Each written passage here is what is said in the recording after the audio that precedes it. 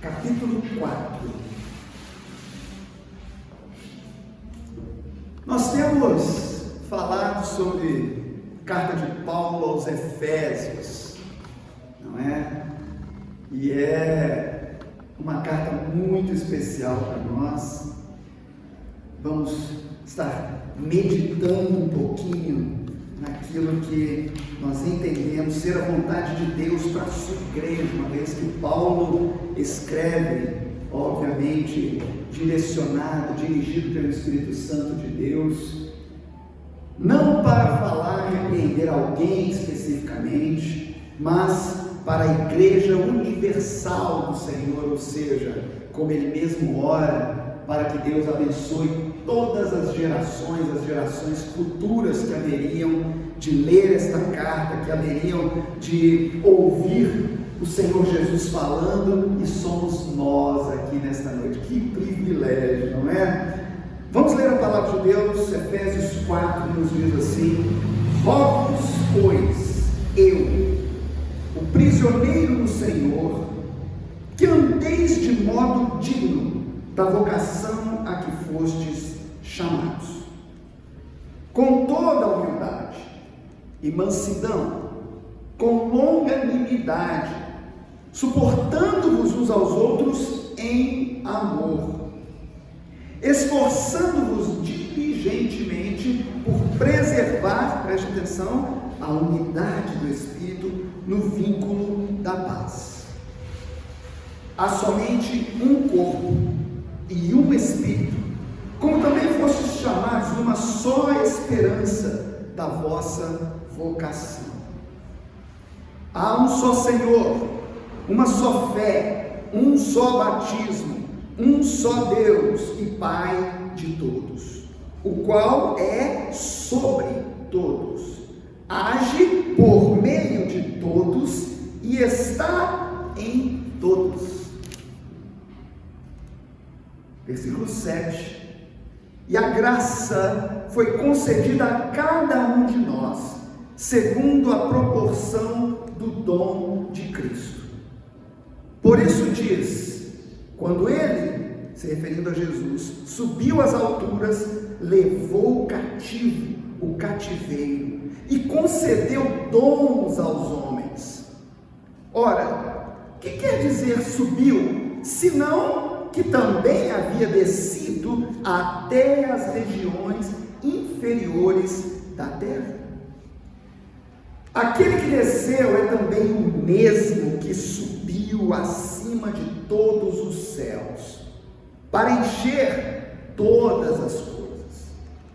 E ele mesmo concedeu uns para apóstolos, outros para profetas, outros para evangelistas, e outros para pastores e mestres, com vistas ao aperfeiçoamento dos santos, para o desempenho do seu serviço, para a edificação do corpo de Cristo, até que todos cheguemos à unidade da fé e do pleno conhecimento do Filho de Deus, à perfeita varonilidade, à medida da estatura da plenitude de Cristo.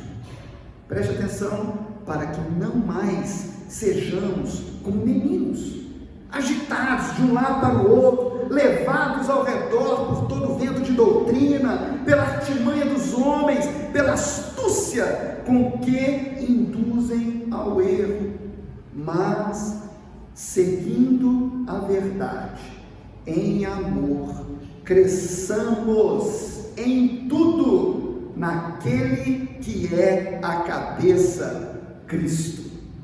E o último versículo, versículo 16. Cristo, de quem todo o corpo, bem ajustado e consolidado pelo auxílio de toda a junta, segundo a justa cooperação de cada parte, efetua o seu próprio aumento para a edificação de si mesmo em amor. Que Deus abençoe a sua palavra lida aos nossos corações. Feche seus olhos mais uma vez, igreja. Por gentileza, feche seus olhos.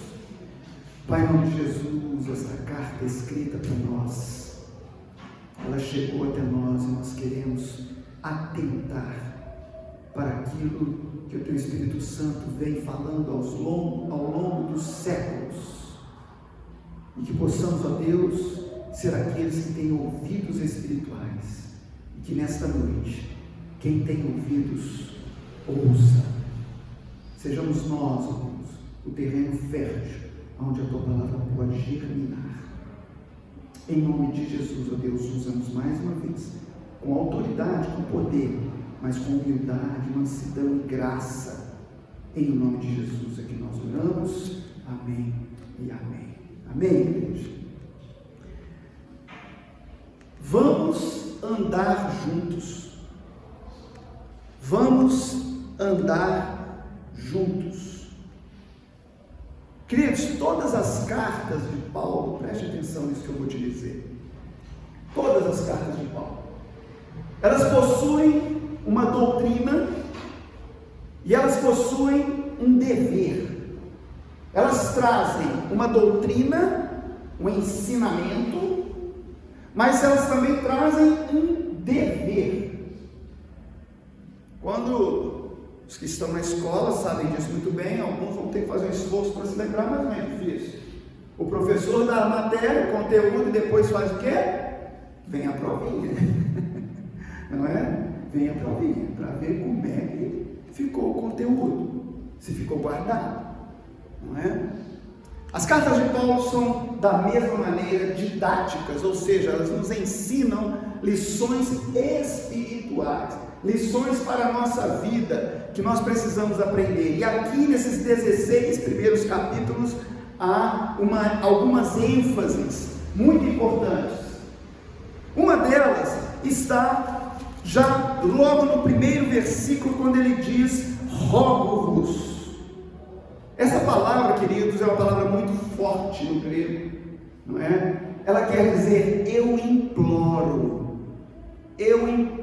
com todas as minhas forças. A gente lê assim, né? Parece que não faz muito sentido rogar, a gente nem usa essa palavra. Mas o apóstolo Paulo está dizendo: olha, eu estou implorando, eu que sou prisioneiro no Senhor, e preste agora atenção nesse verbo aqui importante, que andeis, o verbo andar, de modo digno da vocação a que fostes chamados. Andar de maneira digna. O andar não é esse andar aqui que eu estou fazendo aqui, que você faz aí automaticamente quando se levanta. O andar aqui é a sua conduta de vida, é a maneira como você se porta. E Paulo está dizendo: eu imploro para que a conduta de vocês, porque quem anda vai em vários lugares. Você está aqui, mas nós não vamos ficar aqui. Você vai para a sua casa, você vai para o seu trabalho, você vai na casa de um cliente, você visita alguém. E ele está dizendo que nós devemos em todo o tempo andarmos de maneira digna. Digna de quê? Da vocação a que fostes chamados. Você é um chamado do Senhor Jesus? Sim ou não? Amém, sim, não é? Se você é um chamado de Jesus, você tem uma vocação. A palavra aqui, vocação, quer dizer justamente isso, o chamado que Jesus um dia fez à sua vida. Este é um verbo muito importante: andar. Nesse capítulo, as primeiras 3 partes, no livro de Efésios, melhor dizendo, as primeiras 3 partes falam da doutrina, e os outros 3 capítulos falam justamente de alguns deveres, e é onde nós estamos entrando aqui nesse momento, não é? Andar perfeitamente paralelo, essa é uma doutrina. Vocês têm que andar com uma conduta de quem realmente sabe que foi chamado para algo especial. Queridos, às vezes a gente não tem dimensão, não é, do privilégio que temos, mas tem outras ênfases aqui muito importantes, e não é difícil de nós detectarmos. A outra ênfase dada é a unidade. Você percebeu isso? Você contou aí quantas vezes ele fala um só? Um só. Se você contar, eu não contei, já contei uma vez, agora esqueci. não é? Mas são várias vezes, repetidas vezes, Paulo está falando: olha, a unidade é algo fundamental para o corpo de Cristo, até porque quando se fala em corpo, se fala em unidade. Eu já falei aqui várias vezes, parece uma redundância dar esse exemplo, mas você não sai de casa e deixa lá seu braço, sua cabeça, sua perna. Você vê o corpo está sempre unido, e isso é muito importante nós entendermos. Os versículos seguintes nos trazem algumas palavras que nós muitas vezes colocamos. Versículo 2 em diante, ele começa falando de humildade e mansidão. Eu quero aqui brevemente discorrer sobre algumas coisas que a palavra de Deus nos fala, que nós às vezes temos uma compreensão equivocada. Por exemplo, quando fala de mansidão, não é? Às vezes a gente tem uma conotação até negativa, e a gente às vezes até chama alguém de manso de uma forma, né, negativa, pejorativa, sendo que a palavra de Deus nos fala que nós devemos ser mansos. Os mansos, os humildes, são os que vão herdar a terra. Infelizmente, o discurso que nós temos ouvido é justamente o contrário. Não, você não pode deixar ninguém te fazer de bobo. Não, você tem que mostrar logo quem você é, custe o que custar, não é? E muitas vezes nós mostramos realmente a nossa personalidade, a maneira como somos, mas do homem velho, do homem que Jesus veio para matar e nos dar uma vida nova.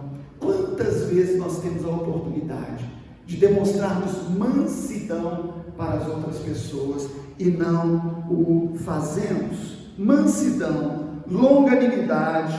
E aqui ele está falando em particular mais à igreja, dando suporte uns aos outros. O versículo 2 termina dizendo: suportando-vos uns aos outros, ou seja, dando suporte uns aos outros. Queridos, Jesus ele é muito incisivo em algumas coisas que ele mesmo fala.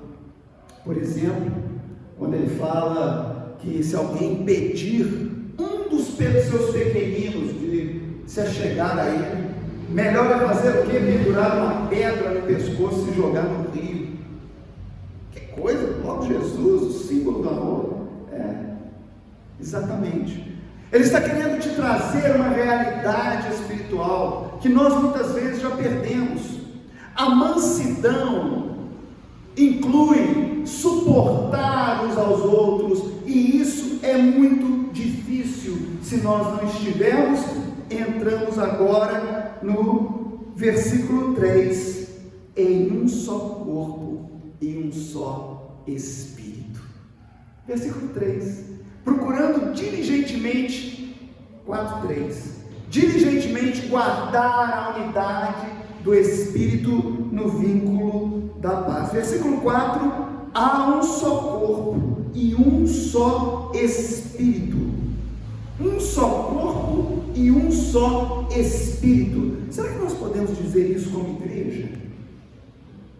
Olha aqui uma reflexão para nós. Um só corpo e um só Espírito. Tem um comentarista que eu gosto muito, Warren Wiersbe, e ele fala algo interessante. Ele fala assim: olha, a unidade do corpo de Cristo, ela não pode ser externa, mecânica.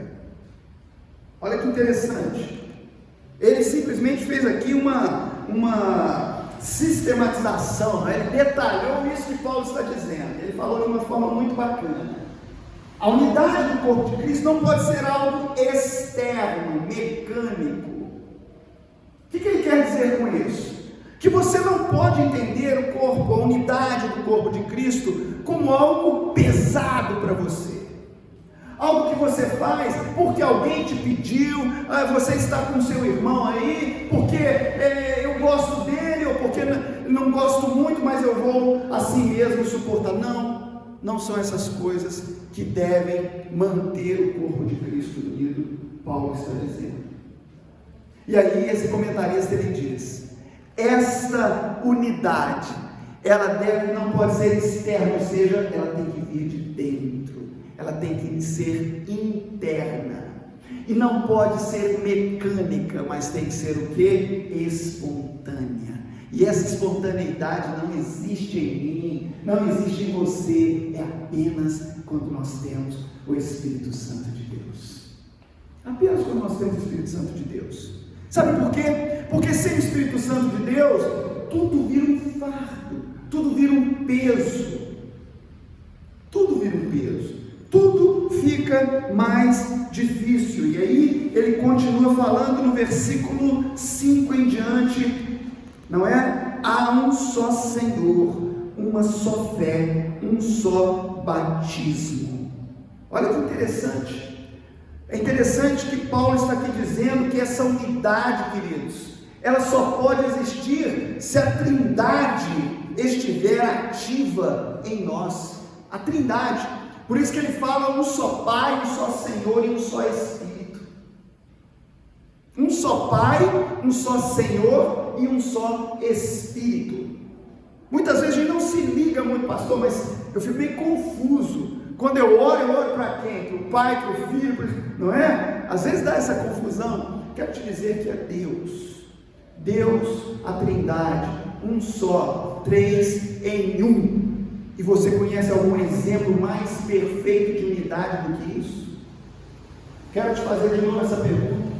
A Trindade, o próprio Deus, triuno, Deus Pai, Deus Filho, Deus Espírito Santo. Você conhece algo mais intrínseco, algo mais unido do que isso? Não tem. É difícil até mesmo para a nossa mente entender, não é verdade? Mas Deus está dizendo: olha, vocês precisam ser assim, unidos, como eu, o Pai e o Espírito somos um, vocês têm que ser unidos. Jesus várias vezes durante o seu ministério, ele diz o quê? Eu e o Pai somos um. Eu e o Pai somos um. Agora eu te pergunto, será que é só Jesus que pode dizer isso? Às vezes a gente fala, só Jesus pode dizer isso, eu não. Nós somos um só em Deus.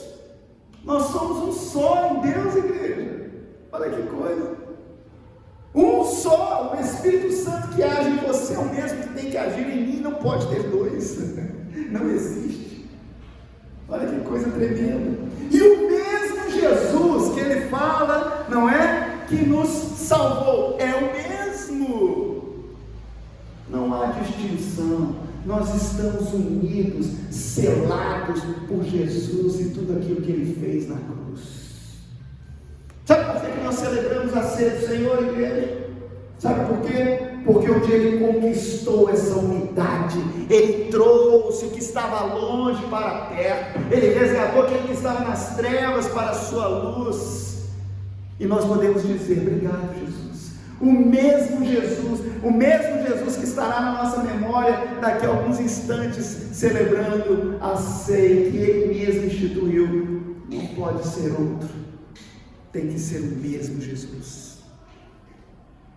Um só Deus e Pai de todos, o qual é sobre todos. Infelizmente, hoje nós temos visto, não é? Até mesmo entre o povo de Deus, pessoas querendo se colocar acima das outras, dentro da própria igreja. É uma pena, quando todos nós deveríamos estar equiparados, igualados, nivelados pelo Espírito Santo de Deus. Muitos estão se colocando, e alguns até querendo tomar o lugar do próprio Deus. E ele está falando aqui o quê? Quem está acima de todos? Apenas o Pai. Todos nós estamos no mesmo nível. No mesmo nível. Por isso mesmo que a partir do versículo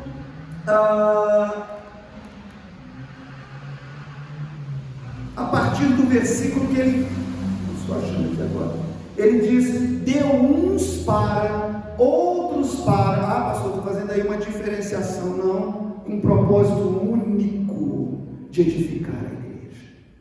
Propósito único, um só propósito. Versículo 11, ele deu uns como apóstolos, outros como profetas, evangelistas, alguém aqui maior, pastores. O pastor é o maior, alguns gostam, né? Se intitulam o maior de todos. Não é. Você é o mesmo servo, a mesma ovelha, que Jesus morreu da mesma forma que morreu pelo outro para salvá-lo. Ele fez isso tudo com o quê? Com que propósito? Com o propósito de aperfeiçoamento dos santos, para o desempenho do serviço, e aí conclui, voltamos no mesmo ponto, para a edificação do corpo. Sabe o que é interessante quando a gente lê isso? Que Paulo, ele fala assim, olha, edificação do corpo de Cristo, não é? E nós, muitas vezes, entendemos o que ele fala das juntas, ou seja, que mantém o corpo, né? A junta, os tendões, até isso ele faz menção, um exemplo claro, porque muitas vezes, você está vendo aí agora, o seu tendão, a sua junta não está, né? Está dentro de você e você não vê. Mas se você romper, você vai sair correndo aqui agora, lá para a UPA, de tanta dor que você vai sentir. E Paulo está dizendo justamente isso, olha, até as juntas são importantes, é o que mantém o corpo unido. Quando você quebra, o que acontece? Quem já deslocou um joelho aí, já tem, né? Sabe o que é? Sabe o que é o rompimento de uma junta? É alguém falar assim, não precisa da minha perna, vou arrancar ela aqui, você faz isso? Não faz. Você quer estar juntinho. O corpo de Cristo é a mesma coisa, queridos. Infelizmente, nós muitas vezes sofremos porque alguma junta se rompe, algum corpo, uma célula fica doente, e Paulo está dizendo, todo o corpo tem que estar bem firme, bem aperfeiçoado, junto, unido, é o que ele está dizendo.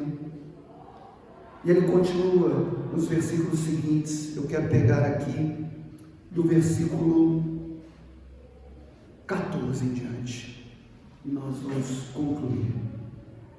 Para que não mais sejamos como meninos, agitados de um lado para o outro, levados ao redor por todo vento de doutrina, pela artimanha dos homens, pela astúcia com que induzem ao erro.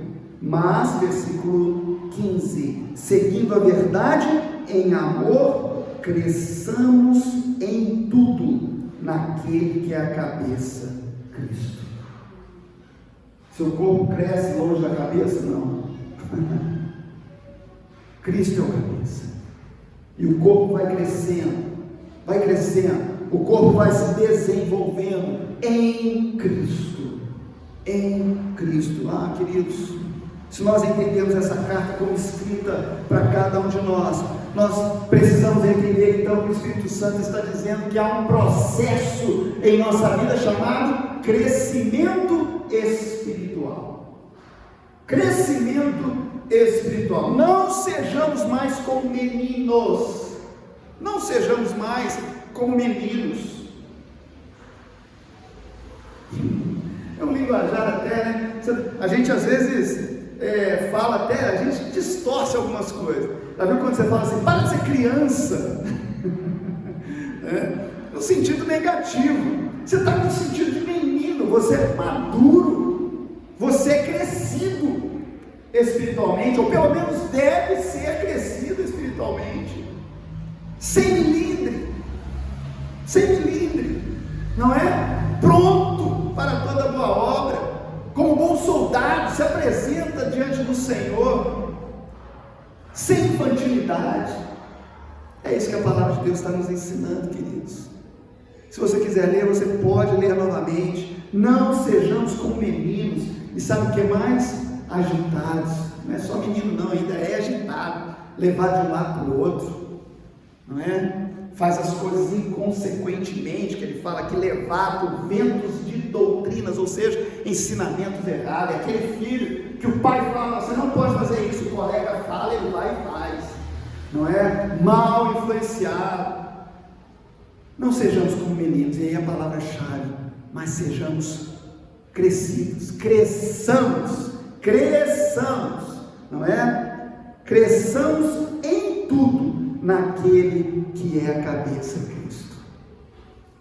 O versículo 16 termina nos falando que Cristo é nele que todo o corpo, bem ajustado e consolidado, pelo auxílio de toda a junta, seguindo a justa cooperação de cada parte, efetua o seu próprio aumento para a edificação de si mesmo em amor. Queridos, eu creio que há na igreja do Senhor Jesus oportunidade de crescimento. Sim, há na igreja do Senhor Jesus a oportunidade de crescermos, de desenvolvermos dons, talentos, desenvolvermos a nossa mentalidade. É o que devemos fazer na igreja do Senhor Jesus. Por isso, esses dias que estamos vivendo são dias desafiadores, em que a igreja mais do que nunca, eu tenho sentido isso do Espírito Santo, igreja, não é? De falar sobre unidade do corpo, estarmos unidos.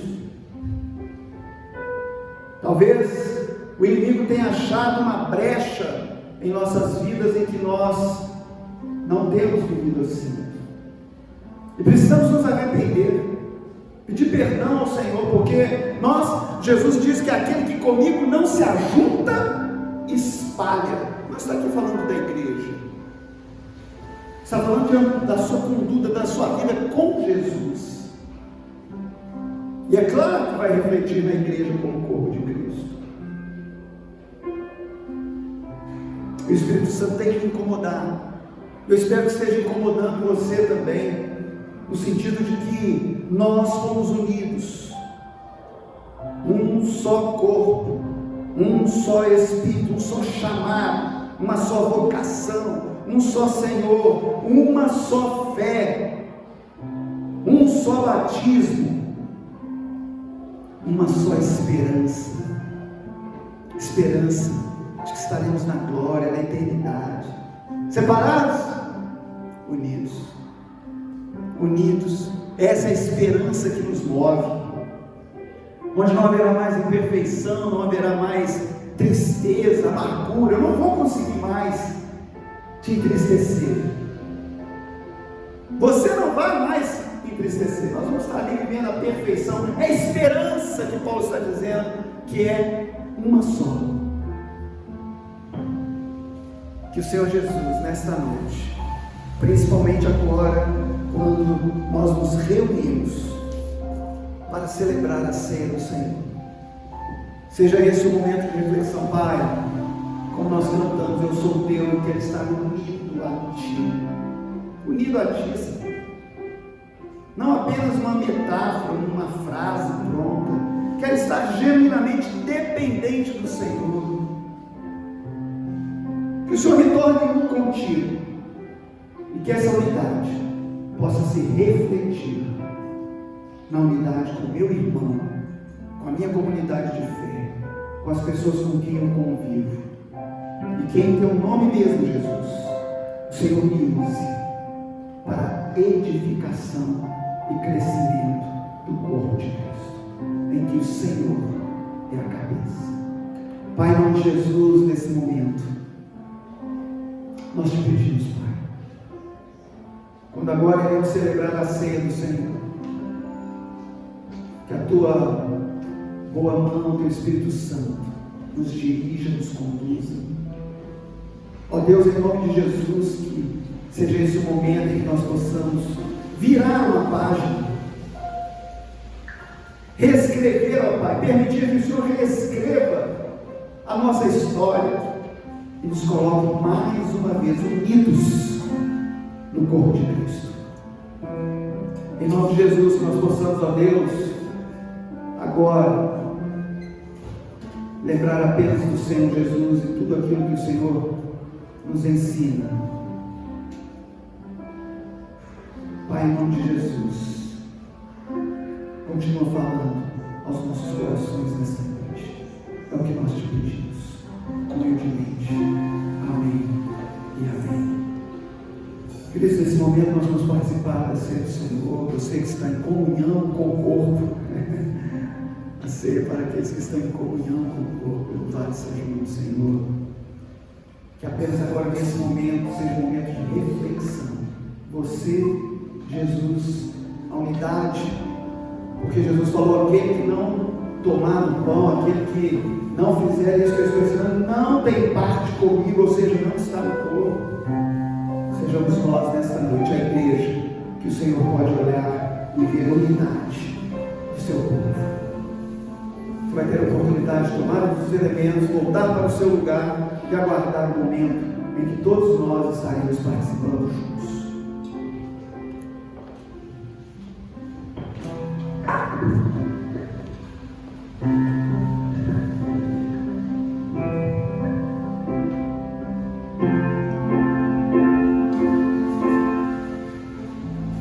Mesmo sendo assim, pobre pecador, Deus me ama.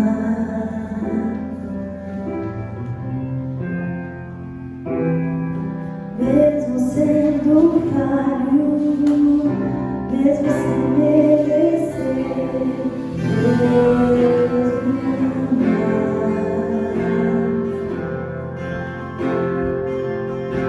Se eu estou forte, se eu estou de pé, Deus me ama.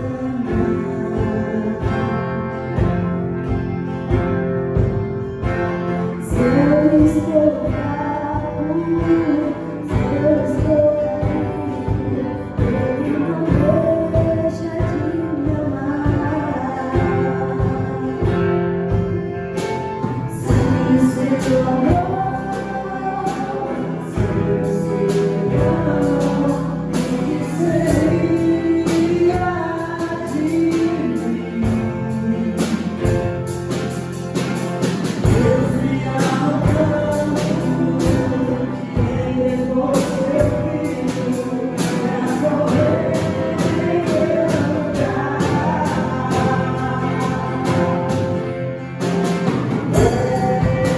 Deus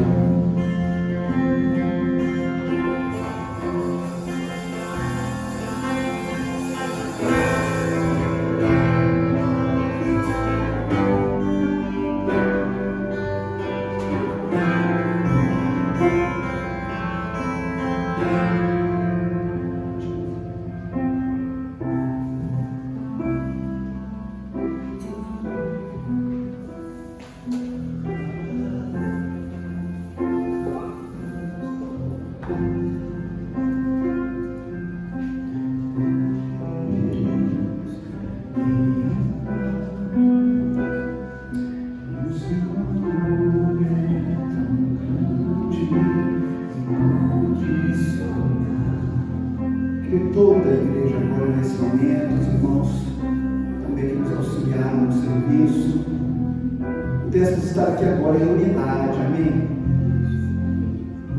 Vou aguardar os irmãos, toda a igreja de pé nesse momento.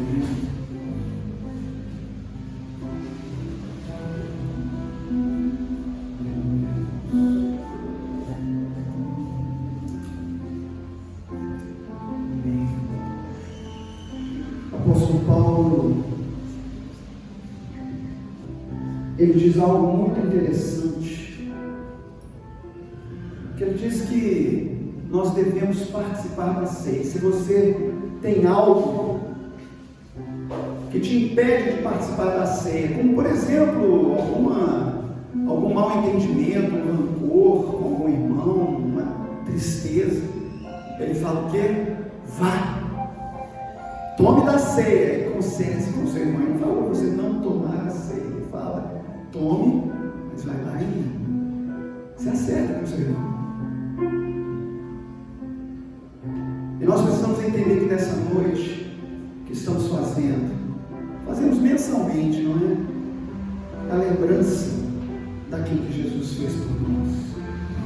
O próprio apóstolo Paulo também nos ensina, ele fala, eu estou ensinando para vocês aquilo que eu aprendi, que o Senhor Jesus, na noite em que ele foi traído, ele tomou desse pão aqui, ó. Ele deu graça, ele abençoou, deu graças e disse, esse é o meu corpo que é dado, que é partido por vós. Fazei isto em memória de mim, em unidade de pensamento, em unidade na memória de Cristo, nesse momento. Que significa dizer que você não deve estar pensando em nenhuma outra coisa. Tomemos do pão.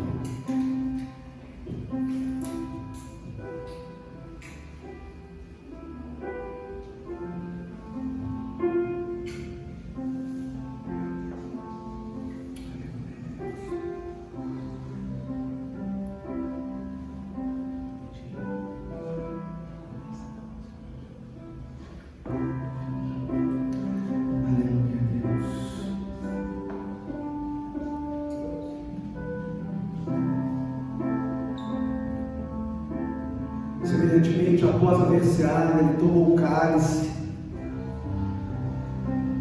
ele deu graças. Jesus disse, este cálice é o meu sangue que é dado por vós. Ele significa a nova aliança que eu faço com vocês. O que é aliança, igreja? Unidade. A aliança une duas pessoas, une várias coisas. O que significa aliança? Senão uma unidade. Nós estamos aliançados com Cristo. Amém? Portanto, nesse momento, que seja esta nossa aliança com Cristo e nossa aliança com o corpo de Cristo. Em memória dele, tomemos do cálice.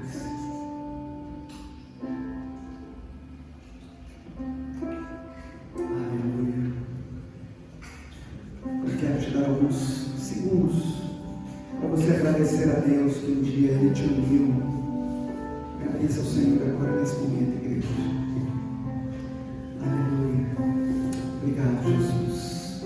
Obrigado pelo teu sacrifício naquela cruz.